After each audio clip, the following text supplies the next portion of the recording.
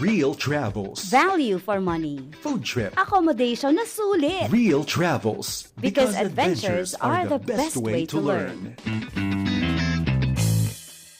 Hey guys, welcome to Real Travels. My name is Shaira De La Peña, your host and travel buddy here in this show, powered by FEBC in collaboration with Shutterlight Digital. So now guys, we're on our 4th episode na in our Vietnam series and we will explore Vietnam's vibrant city of Ho Chi Minh. Sa mga listeners natin dito, para you can see the video of our travel episode here in Real Travels, just go to our Facebook page, punta lang kayo doon and type in 702 DZAS-FEBC Radio para you can see the visuals of our travels. So today guys, samahan niyo ako in my Ho Chi Minh travel in Vietnam as I share to you the 6 things you can do in Ho Chi Minh or Saigon, Vietnam. Number 1, explore the districts. So ano ba tong districts na to? Basically, the city of Saigon, Vietnam is divided kasi into 24 districts. So it consists of 19 inner city districts and 5 suburban areas. So just imagine Saigon is a city pero ang dami niyang mga districts pa na divided, and all those districts you can actually explore, and the good part about it is that each district kasi has its own personality na parang if you would go from one district to another, madi-differentiate mo siya talaga from each other, and ang maganda doon, they each have their own unique thing to offer. And the nice thing about Saigon is that it's actually a very walkable city. Like, nung pumunta kami doon in my Saigon travel, I was walking most of the time talaga. Bihira lang din kami mag-grab unless may pupuntahan kaming malayo na district or something like that. Pero I was really walking talaga, like 90% of the time. So it's a really walkable city, kaya you can really explore the districts here by walking. Kasi one thing I observed when I went here sa Saigon is super accessible yung place niya. It's because magkakadikit-dikit usually yung mga coffee shops, yung mga restaurants, yung mga tourist attractions, yung mga malls, yung mga parks. Hindi siya yung parang super layo from one another. So either you can walk or take a taxi or book a ride through a ride-hailing app to go around the districts conveniently. The heart of the city sa Saigon is District 1, where the action happens talaga. So it's the downtown, it's the urban center of Saigon. So parang pag sinabi kasing District 1 sa Saigon, parang yun yung pinaka-central area where the tourist attractions are, where the tourists actually go to. So dito sa District 1, you will really find a wide selection of international shopping malls, bustling markets, and an unlimited supply of Vietnamese and Western restaurants and cafes. Sobrang daming restaurants here, sobrang daming coffee shops. So, sobrang sarap pag-food trip dito. Kasi kaliwat kanan ang coffee shops, ang kainan, and talagang feeling ko nung pumunta kami sa Vietnam, wala kaming ginawa kundi kumain talaga. So, the energy of District 1 is really unmatched. As in, sobrang fast-paced dito in this district kasi super busy yung city day and night. Like, buhay na buhay talaga dito sa District 1, mga kainan, yung mga sellers, as in lahat ng tao. And if gusto mo talaga ng madaming ganaps, gusto mo madami kang mapupuntahan, you can definitely allot a couple of days exploring District 1 and still find a lot of things to do here. Because to be honest, one day to explore District 1 is not enough. So, yun guys, ang mga tip natin for you today. So you can really take your time to explore the District 1 of Ho Chi Minh or Saigon, Vietnam. And also, most of the cheapest accommodations kasi can be found here in District 1. So meron kang mga hotels here na affordable, meron kang mga Airbnbs here na affordable din. At the same time, if you are a backpacker, so solo traveler ka lang, so they also have backpacker hotel stays din here. That's really, really affordable. And not only that, hindi lang siya affordable pero quality din yung mga accommodation here in Vietnam. It's very comfortable and masusulit mo talaga siya, especially if you're traveling on a budget. You have here in District 1 the Notre Dame Cathedral of Saigon, the Saigon Central Post Office, the Bitexco Financial Tower, the Bui Vien Walking Street, the War Remnants Museum, the Tao Dan Park, the Independence Palace, and the Ben Thanh Market. So yun guys, kaya when traveling to Saigon, go and maximize your time exploring District 1. Mag-food trip kayo, mag-shopping kayo, and puntahan nyo lahat ng pwedeng makita sa District 1. And personally kasi when I travel to Saigon, siguro every day, since sa District 1 naman din yung accommodation namin, before we go to other districts, may tinatry kami i-explore sa District 1, may itatry kaming kainan or like pupuntahan sa District 1 first. And surprisingly, there would really always be something to see and discover. Lalo na sa mga restaurants, sa mga coffee shops. Grabe, talagang sarap mag-food trip doon. Number 2 is go cafe hopping. So if you're a fan of coffee, cafe hopping is really one of the top things I would really recommend doing here in Vietnam. As a coffee lover guys, every country na pinupuntahan ko, I really make sure to try at least more than one coffee shop to taste and see the difference lang naman of their coffee sa coffee natin here in the Philippines. Kasi parang may distinct taste sila since they have a complete set of coffee beans then that they roast and harvest. So dito sa Vietnam, like I said in the previous episodes, sobrang sarap ng coffee nila here. I can't stress that enough kasi they have a very distinct taste of their coffee. Kasi yung coffee beans daw nila pala sa Vietnam, it's actually from Robusta coffee beans. And yung Robusta coffee beans, it has a strong bitter flavor and a higher caffeine content compared to Arabica beans. So yun talaga yung nagbibigay pala ng unique and bold taste sa Vietnamese coffee. So yun guys, tikman nyo yung coffee ng Vietnam. It's really worth it.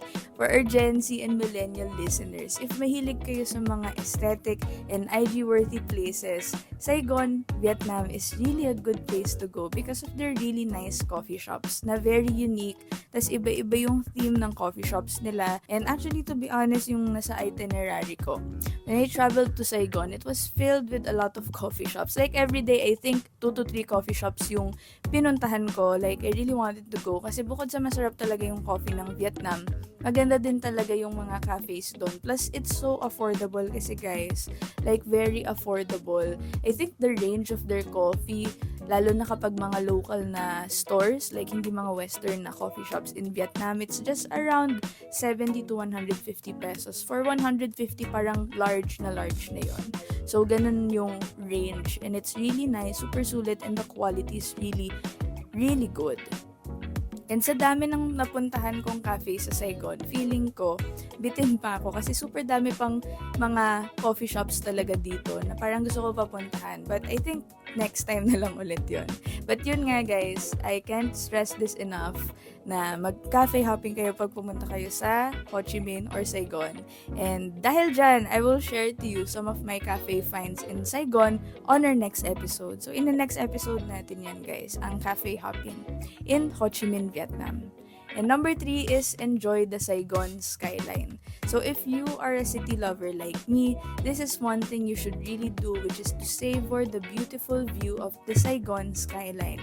Saigon is the pinaka-city ng Vietnam. So basically, super ganda ng Saigon, lalo na sa gabi. Kasi yun yung pinaka-central city So madami ding buildings kahit papano. And talagang sa gabi, ang daming lights. So you can really see the vibrant colors of Saigon at night.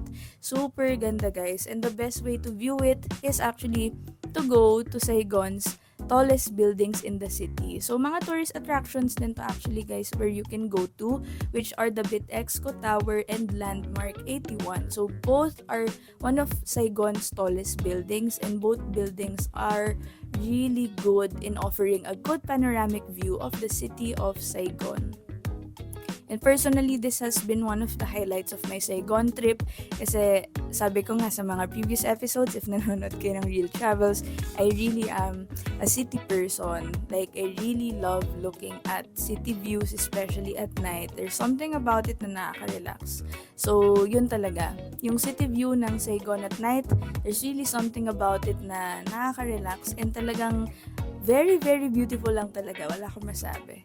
Kaya there was one day na I allotted in my Vietnam trip to just really relax and enjoy some good food with a good view of the Saigon skyline. So worth it yun guys, promise. Add nyo din yun sa itinerary nyo.